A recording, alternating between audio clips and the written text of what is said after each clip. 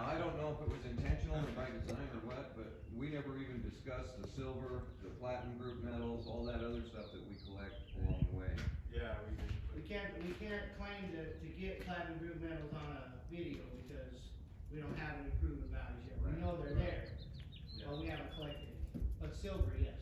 And then silver basically pays for your operation. You know, it's only $15 an ounce right now, but if you collect it in a large enough volume, They'll pay your operating expenses. there's a mine that we were looking at a couple weeks ago, and it was running 76 ounces a ton of Another silver. batch of stuff, and for a lot of people wanna have turnkey operations where they do everything, Right. but the costs and the knowledge, you know, especially when you get into some of the leaching, the chemical strippings, the acids, you're dealing with some of these things, I mean, you just price yourself out of it.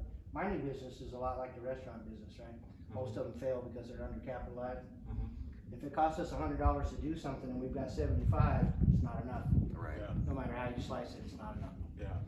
Right? So, we spent all of our time learning, and then we bought the key pieces of equipment that we needed to do the bulk of the work, which gives us some flexibility. We can rent some, what we purchase, we know what we need, and then, so we know exactly what it's gonna cost us to run. Yeah. So Well, we're- I just think the way you guys are doing it and you have the experience of testing all this stuff just gives you, such an advantage over the person that, you know, is just trying to do it themselves. Yep. Because you're, like you said, I think that's the perfect illustration that, the ore tells you how to extract it. Oh yeah, there's no other way. Yeah. There's no other way. And we're benefiting right now from, there's been a boom in technology with enhanced gravity. So whereas the old methods of sluice, which is probably what, one G-force, then you've got bump tables that are 2 G-forces. We scaled up to Neff bowls, which are 8, Yeah, 8 to 10. right? And then you saw the centrifuge, right?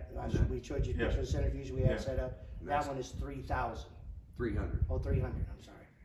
300 Gs, right? So when we talk about catching the finer gold, now we have that enhanced gravity options, whereas before we were just flooding water or whatever we could grab on the table. But like Rick said, you know, size of the material, if you run too much water, you just push it off, Right. right? The big gold is so heavy, it'll sit anywhere you leave it. But there's 80% of it is fine gold, Right. and 20% of it is the larger gold, right? Yeah, yeah, that's what.